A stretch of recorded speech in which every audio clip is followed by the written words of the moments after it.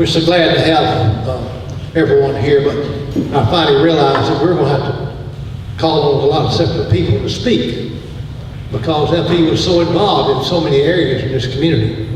So I've got several speakers, and I've asked them each to try to limit their speech to 5 minutes. Doesn't include me, but it does the rest of you guys. I want to welcome you all to the City Center. Many people drove in. Thank you for coming. Our little community is growing, it's healthy, and people like FE that we can't replace had so much to do with the growth of this community all the time he was here. He's smiling at us right now, and he's telling Bubba to take his tie off. And I wish you would. I'll visit with you just a few minutes on some of the things that FE did for the city. I couldn't write them down because I didn't have enough paper. But Economic Development Corporation, he was on that board. We had a hospital board, he was involved in that. And there are so many other little pop-up committees that come up in a city. You need to get something done, and it seems like we always included FE in every committee we had. A little story of my own.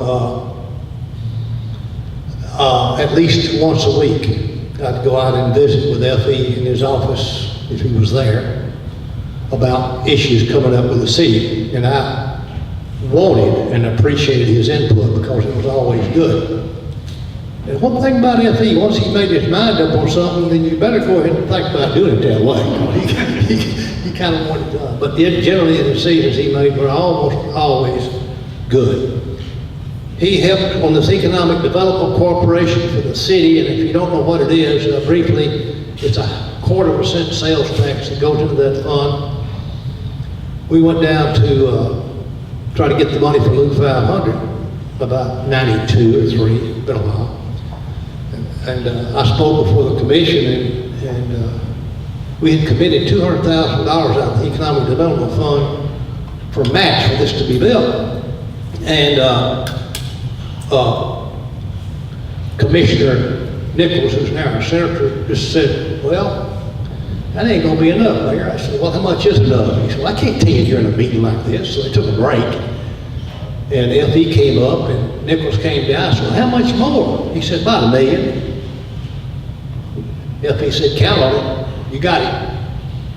Of course, it was gonna come out of the Economic Development Fund, which was bringing in about $200,000 a year at that time.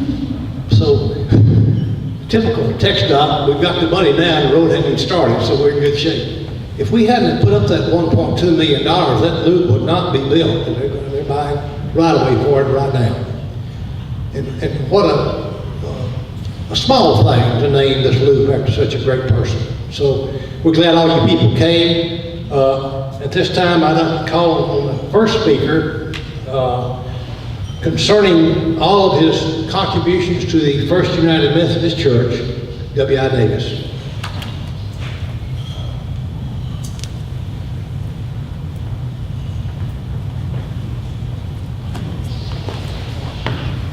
That's the shortest time that I've ever heard of John.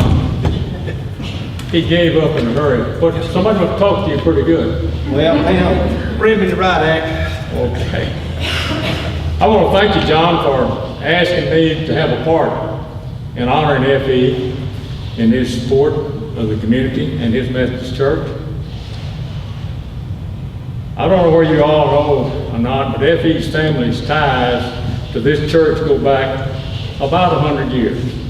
His grandparents, Mr. and Mrs. J.W. Parker, his parents, Mr. and Mrs. Forney Parker, were members of this church. I'd like to mention some of the things that happened in the church, it'll be about the last 50 years, but during his membership in the First United Methodist Church, several large projects were completed. One of the first that I recall was a complete renovation and air conditioning of the sanctuary. Next was construction of the fellowship hall in this educational building here. That was followed by building a new parsonage. Then in the early 80s, The church building, with the exception of the sanctuary, were renovated, plus the installation of an elevator. F.E. and his family were generous in helping fund these projects.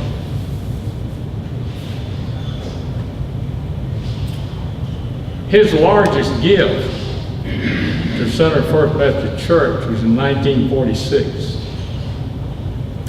That's when he married Doris Parker and she became a very active member in the church. Over and above their annual pledges to the church budget, there were many anonymous gifts. A few that I'm aware of and a bunch that I don't know about.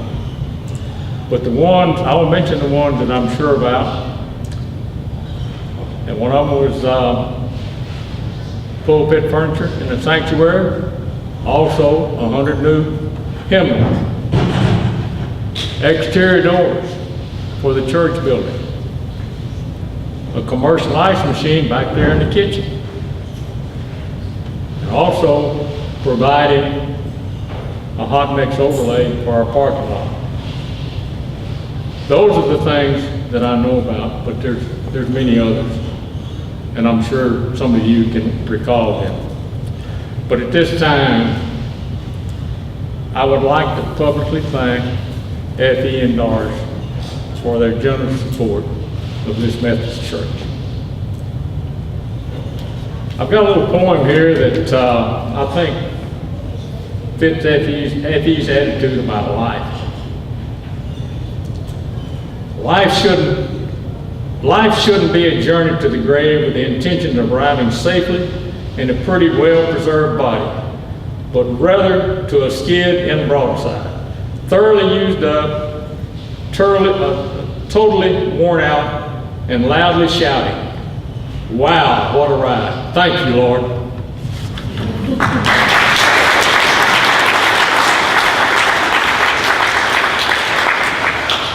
Thank you, W.I. Our next speaker concerning his contributions to the Chamber of Commerce, Bob Reeves.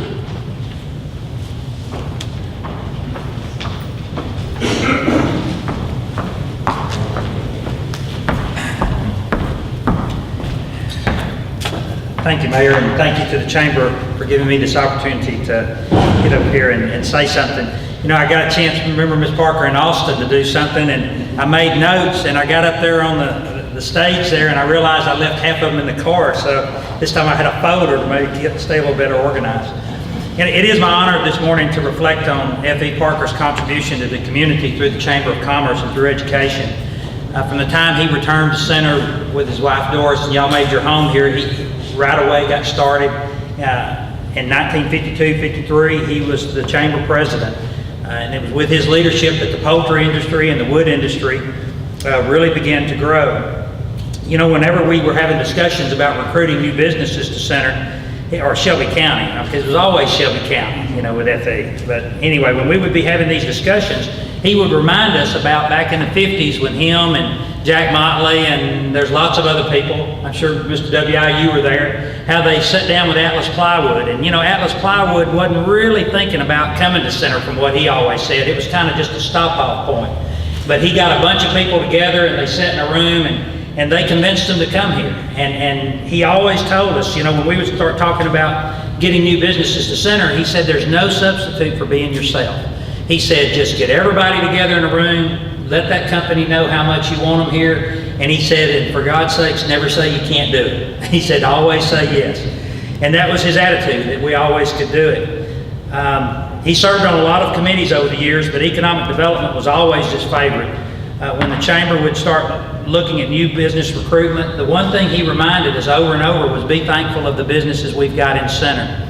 And you know, just to name a couple of the projects, remember the road, how bad a shape it was at Hallmark? And one day I remember he told me, he said, Hallmark's got new officials or leadership coming to town, said we got to get this road fixed. And so you drive by there today and through the mayor and the city's help, they had a new concrete road. The fact that Jack Gardner's here today says a whole lot. Jack's been retired from Tyson for a couple of years. That was another thing that F.E. was constantly working on, was he would call the city or somebody and say, Tyson's got a water problem or a USDA problem or something. And Jack, we're glad to see you. The fact you've driven from Nacogdoches says what you thought of FE. I think one of the most important things Mr. Parker did, though, was he organized these industry breakfasts that started several years ago. And we would all get together and early in the morning, and, you know, we would ask him kind of, what's the purpose? And he'd say, well, we'll just sit around and have coffee and chew the fat. See who's got a problem today, and then we'll go fix it. But, you know, over the years, I think industry has really enjoyed those breakfasts. And after we lost FE, that was one of the first things we did was get another breakfast going. And everyone said that morning how much they appreciated it and they just didn't want it to die. You know, the other thing that Pam asked me to mention was education. And education tied right into economic development with FE. He saw the benefits of a well-trained workforce and giving our kids an opportunity. He told me many times about serving on the school board in the 60s. And he was president during integration, and what a challenge it was during that time. I know they had a building project. I think the old junior high, which now they call the elementary school, that was built during his time. I know another thing FEI, I often heard him say, and Mary Lynn, I know you heard him say too, you know, after serving on the school board 13 years, Murray, there was more than one tax increase. And FE always would tell us, he would say, now look, I'll pay my share for the kids. I don't mind paying. But he'd say, make dang sure you're spending the money right. He didn't always say dang, but he said, make sure you spend the money right. But the point was, he had, you know, it cost him a lot when taxes went up for half a cent. And he always said, I don't mind paying. He said, just make sure you spend the money wisely. The last thing I want to say is, I think one of FE's greatest contributions to education was that he saw from the beginning the overall benefit when we got to dreaming years ago about building a new high school, a new VOTEC school, and a new city park all on one complex where it is today. And you know, it took a lot of begging, going to Austin, and all of us did it. And FE was there every step of the way. And I think one of the main things that Mr. Parker did for us in that was he helped us keep our focus, because it was such a big project. And you know, this couldn't happen without that, and that didn't happen without this. And it was just really a big dream. But he always kept reminding us to keep your focus and keep your focus. I think that, I know he's really, really proud today. When he looks down, and that VOTEC school is full. You know, they're looking at adding on, building more space and adding more programs. And I know that FE is really proud of that, and it wouldn't be there without him. Let me just say that in these few minutes, there's no way I could cover everything, and I guess the idea is everybody to give a little this morning. But let me just say that, you know, I think people work their entire lives and they can accomplish a lot. But I think that very few people spend their life helping kids and young people and preparing them to accomplish their goals and being unselfish about it. I think you can do many things that will change your life. Every day things happen. But when you help children, you change an entire generation. And that is what Mr. Parker did. And consistently, he changed generations of kids over the years. And just, I'm gonna say one last thing is, you know, I know how many young people, I don't feel young anymore, but when we were in our 20s, Rick knows, he kind of adopted us, and of course he had already adopted you a long time ago, but young people that he pushed and helped along and often put them in leadership roles just to do that. So we're happy to be a part of this morning, and hope your morning and day goes great.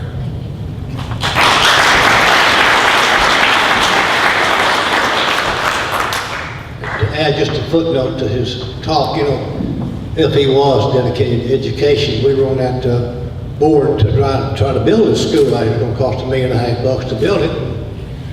And if he was like that, like it was a highway, he said, we're going to do it.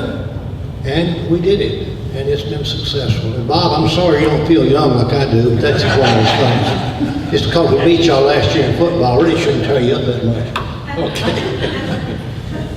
And FE was an Aggie too. Our next speaker, concerning all of his many contributions to the Center Country Club, is the always young Mr. Bill Boyd.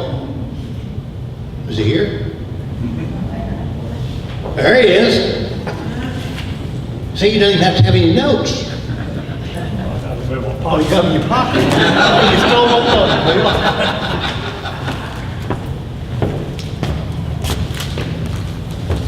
I appreciate getting to talk about FE. He said, I think 5 minutes. So that won't give me much time.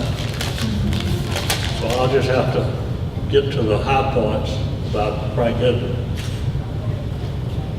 Frank Edward was my close friend for more than 50 years. And the center didn't have a country club. And Effie and I went all over East Texas, played in most of the golf courses in East Texas, 2 or 3 in Dallas, Houston, and 1 in Carthage. When we were driving back from Carthage one day, Effie said, "Boy, we need a country club." And I think I know why that was prompted him to say that, because we played some unique golf clubs. But Carthage was the uniquest one we had ever played. Some of the tee boxes had a sign that says, "If your ball hits an overhead pipe, you can replay the shot without penalty." I think that probably prompted us to have a country club in Center at the time we had it. Because he said, "Boy, we've got to have a country club." I agreed with him, but I didn't know he was going to do it that fast. The next thing I knew, he had selected 8 men in Shelby County to help him. Now, if he knew how to match a man's ability and experience with the job at hand, so each one of those men brought something to the table that was necessary to build a country club. The main thing you've got to have to build anything is a plan. But if he had that, then you got to have financing. And then you got to have some paying members to go build a country club. Those are 2 of the jobs. If he took both of those jobs, and he got both banks involved, we didn't have the 2 banks. And then he took on the membership drive. He and Man Pinkston went door to door around to all the businesses and to everybody they did business with and sold memberships. You might be surprised to who they sold them to. One of them was Bridges Harris and the other one was Mr. Moffitt. And I don't think either one of them had ever been or even thought about a country club. But anyhow, if he got the financing and told us we could go to work. So we built a country club. And we now have one of the finest facilities that there is in East Texas, of a town comparable with Center, and some better. If you don't believe it, go to Jacksonville and Henderson and Carthage. Carthage got a new one, but it ain't much better than others. And you can go to Jasper, we outshine all of them. And as evidence of that, if you look at the number of meetings, private parties, and other functions that are held at the Center Country Club, you will know how bad we needed it.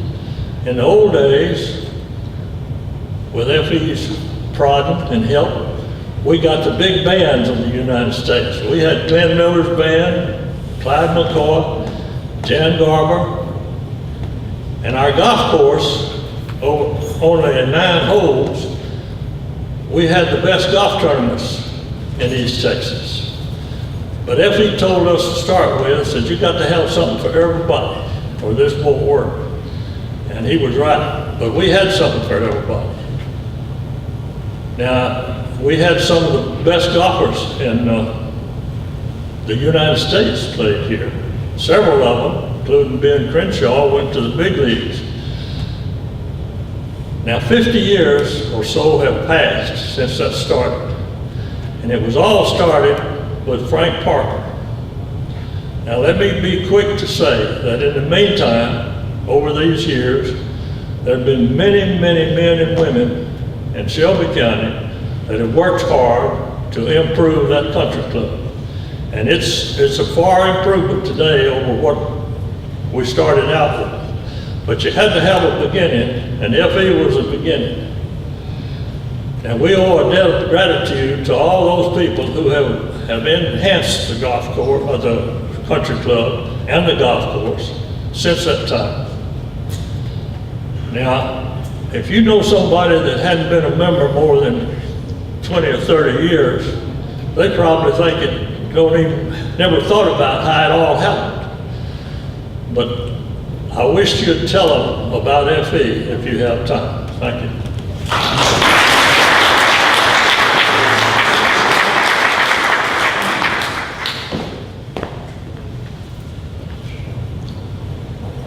The first building built for the country club, if you went out there and you saw the walls that were built out of doors that the Atlas Plywood Company gave them. So FE had a way of getting stuff. Unluckily for me, I was elected the president of the country club the year it decided to burn to the ground. So I had a year of meeting in a portable building when I was president. But it's doing good now. Thank you, Bill. The next speaker is going to talk about all of his many contributions to the Center Rotary Club. One of his old friends, James Campbell.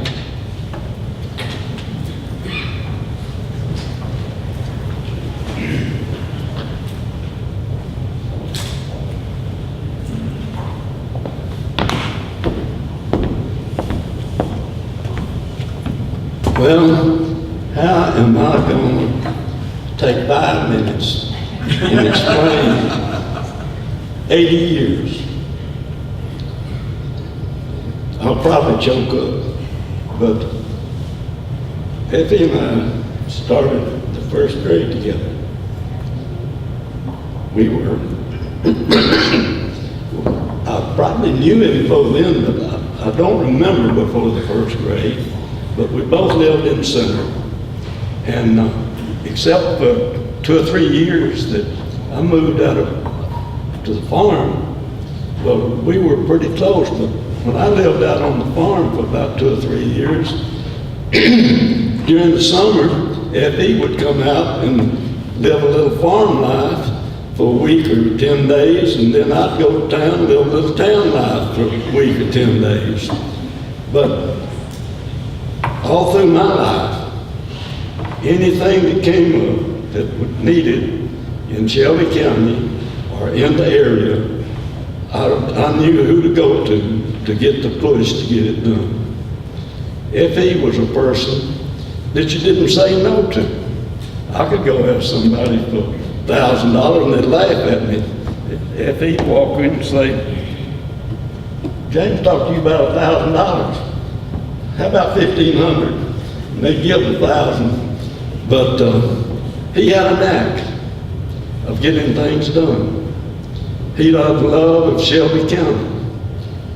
Rotary Club, he was in the Rotary Club a lot longer than I was, because I originally was in the Lions Club, and during that time I got a job that took me out of town every Thursday, and I had to quit the Lions Club. And then when I went in business in Center, they came back, they came over and invited me to join the Rotary Club.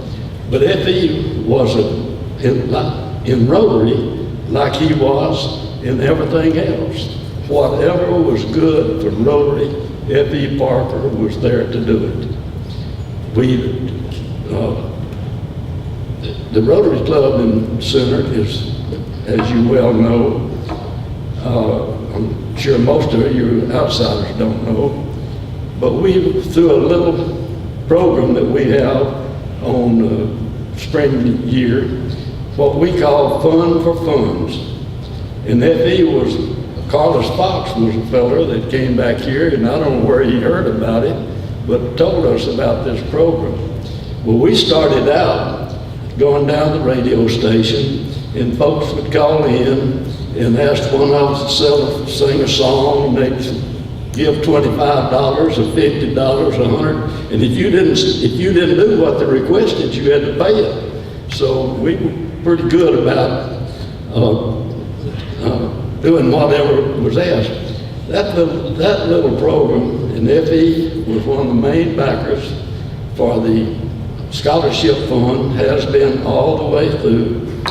That little program has put around $600,000 in the scholarship program for the high school students here in Center. Not only that, but FE was instrumental in seeing that whatever needed to be done in Shelby County, that it was done. You know, I can't tell you about, you know, back there, I'll tell you a little bit about when we was not even teenagers. Our transportation was shuttling ponies. He had a shuttling pony named Skillet, and I had one named Dolly. And our activity mainly was riding horses during it. Now, the time, you know, there was a few times that we stole a few watermelons and maybe a little sugar cane. But anyway, that was sort of an outlandish thing for us to do as students after band practice. We would go to a watermelon patch or a sugar cane patch, and we didn't hurt anybody. We'd take maybe one or two, about what we could eat. But anyway, that was some of the things that we did back. Now, Doris, you went with us on some of them.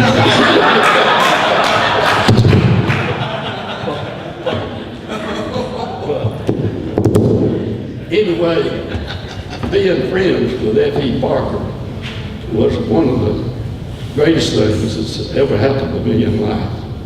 And I can't say enough about the things that F.E. and I did together. We were in business together on several projects. But when you had something and you went to F.E., he'd say, you know, I guess he kind of insulted me a little bit. He'd say, if you put your money in it, I'll damn sure put mine. but anyway, I just get, like I say, can't say enough about F.E. Parker. You know, you young folks, you got shoes to fill there that you're going to have to step up if you get anywhere close to doing what F.E. Parker's done for Shelby County.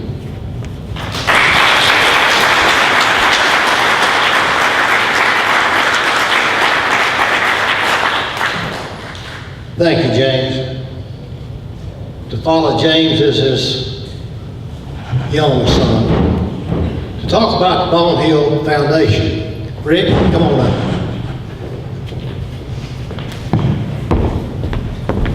I like that young son, but I am Bob's age. But I feel young. Oh, that makes you feel young, all right? I'm young. The Bone Hill Foundation started back in 1967, and a center businessman by the name of Will Bridges actually started the foundation with his family trust. And about 1990, I got a call from a gentleman in Lufkin named Mr. Hoyt. He was Mr. Hoyt from St. Augustine's son. Yeah, John Hoyt. Anyway, he said, Rick, he said, we've got a foundation that is going to be suing this Boise Cascade for mismanagement of timber, and we need to appoint 6 trustees to the board, and we want to appoint you from Shelby County. And one of the attorneys that was handling the lawsuit was a Ducks Unlimited guy that I knew real well, and that's kind of how it got started. And I called Mr. Parker up to tell him about the Bone Hill Foundation, and of course he knew a lot more about it than I did. But about a year after I was on the board, I was able to get him appointed to the board. And to say that in Shelby County, Mr. Parker touched everything, Mr. Parker touched everything. And when he got on the board, we were able to get some of those Angelina County trustees. Mr. Parker had a way of telling them the assets are in Shelby County, money's going to come back to Shelby County, and they understood him, and he brought it back. And if it wouldn't have been for Mr. Parker, probably the $1.8 million that's been given away over the past 15 years would have been given away in Angelina County and not Shelby County. But he was very influential in instructing those guys that assets are in Shelby County, and by God, the money's coming back to Shelby County. But not only that, Mr. Parker's financial background, he was very sharp, and he's helped the Bone Hill Foundation grow to what it is today. And I think not only is money given out to Shelby County students, but it's given out to students at every high school in Shelby County. And it's also given, we give $70,000 a year to the SFA Forestry Department, and $20,000 of that 70 goes to the Ag Department and SFA for the kids that are involved in the program that Fred Wulf started over there, growing the poultry houses that he was able to get built over there. So a lot of great things that Mr. Parker's done with Bone Hill Foundation. That one thing is, to me, is outstanding, but you'll hear many projects that I guarantee if it was big, somewhere in line, if he was involved in it, he was pushing it. And he certainly has touched many young lives in Shelby County, not only in scholarships, but if there was a kid that needed some money and we were short, Mr. Parker came to us and said, we need to build a fund. How much? You always gave Mr. Parker whatever he asked. You didn't ask any questions because you knew it was a great project. And it's just amazing, that Dad talked about some of us young cats that's gonna have to fill his shoes. I think there's a lot of us that'd be lucky to fill half his shoes. But thanks for Mr. F.E. He was great.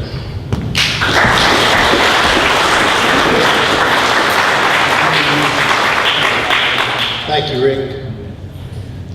Our last speaker on this program, other than the family, of course, will be Fred Wulf. Fred's the president of Catherine Pinkston Rough Rider Scholarship Fund, and I'd like to ask you to come up this time, please.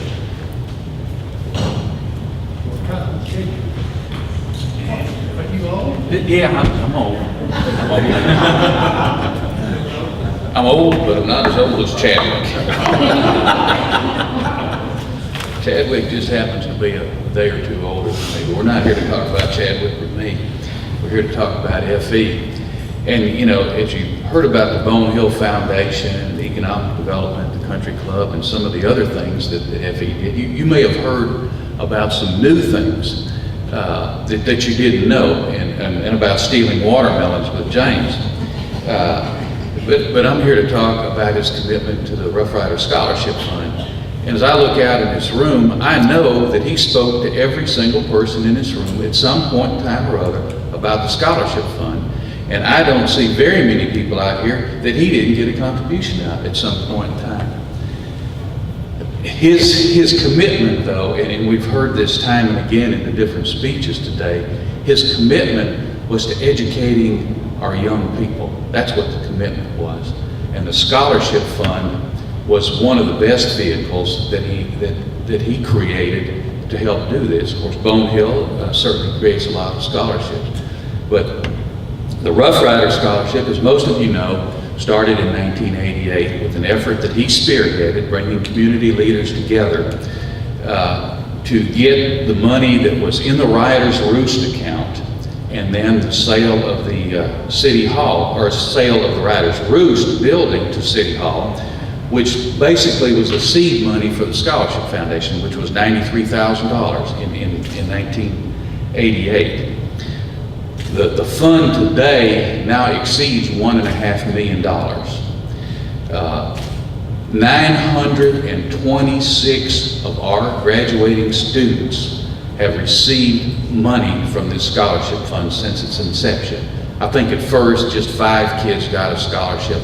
The last 3 years, every single kid that graduated wanted to further his education, whether it was to diesel mechanic school or to UT, heaven forbid, there was money for you. And there's been over $577,000 given out. But this is an ongoing thing, and he knew that, and this thing will go on and on and on from now on to give to our students as long as we administer them properly. But I think probably in closing, I want to say a couple of things, I guess. And you probably heard this earlier too. If you told FE you were going to do something, you damn well better do it. And quick. Because he'd call you and say, now, have you done this yet? Have you done that yet? Where we at on this thing? And Effie and I talked once or twice a week and went to lunch once or twice a month. Never did we go or talk when we didn't talk about the scholarship fund, what was going on, where money was coming from, and what we were going to do with it. But I guess because, and I heard people say that he was really committed to economic development, and he was, but I think in his heart, the Rough Rider Scholarship Fund was that was his baby, and he truly believed it.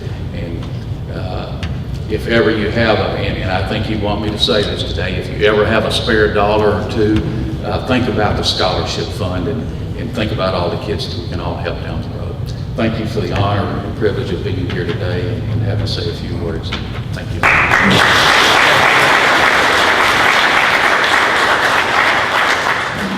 Thank you, Fred. As you know, I've served on that board for many years, and years ago, when interest rates started going to nothing, we had some CDs on deposit with the local banks at 6%. When the rates got down to about 1.75, we were very concerned about what we were going to do. They said, don't worry about it. The banks continue to give us 6%. No matter what it was, the 3 local banks continued to give us 6% of our money and still do, as far as I know today, David, still pay us. I've been trying to put some of my money into that deal, but I can't work it out. He was also involved, Fred, as you know, in investing our money wisely, and he got us into some things that really did help us make a lot more money than we used to making. So he'll be missed in that area very, very much. At this time, I'd like to call on Bubba, if he'd come up and speak for the family.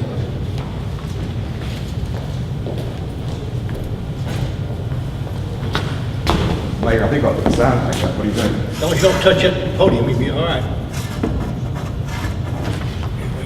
That'll work fine.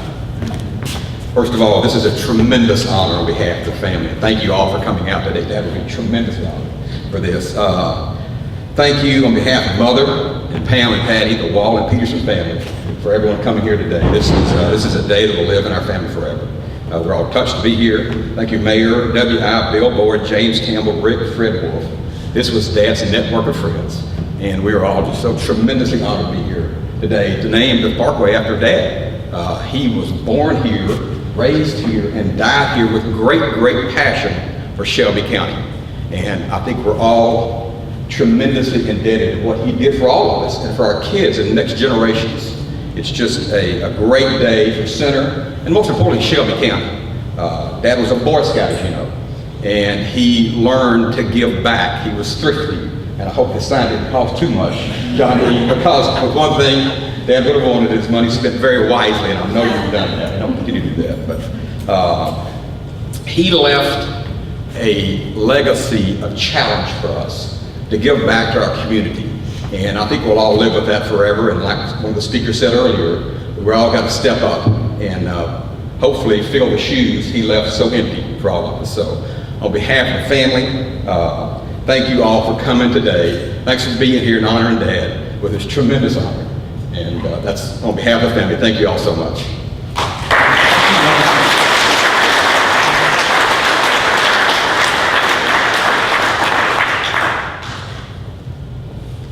Well, he's looking down on us right now, and you know how he feels about all these people got these ties on right now, I tell you, but F.E. was a fun guy to be around too. I enjoyed my association with him as each of you did, and he will be missed. But we've got an obligation in this community too, to carry on all the things he wanted to do. And frankly, I think it's in pretty good hands. We got a lot of people in this community that give a lot to this county, and I don't see them backing off at all. I'm very proud to be a citizen of Shelby County, born, raised here, lived here all my life, and I intend to die here too, but no time soon. This concludes our presentation. We're going to have lunch at this time. And then immediately following lunch, we'll adjourn to Luke 500 for the dedication of the Parkway. So, Pam, you can tell the ladies start bringing the food out. For the press, you wanted pictures of the family. This might be a good time while they're serving salads for the family to gather up here, wherever you'd like to have the picture made. What? Speak louder, I can't hear you. We need the invocation.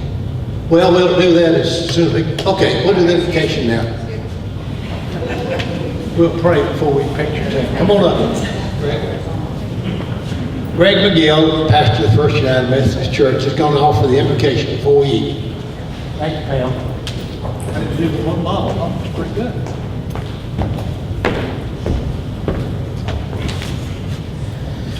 Gracious God, we thank you for the occasion that draws us together as we have had the privilege of honoring one of our great community builders, F.E. Parker. We thank you for all that he has done in our county and our lives and all that he has meant for us. We're grateful for his family and for those who continue to work in the areas that he thought were so important. We ask your blessing upon this food of which we're about to partake, and that you would nourish and strengthen us through it and strengthen us for service. For we ask in Jesus' name.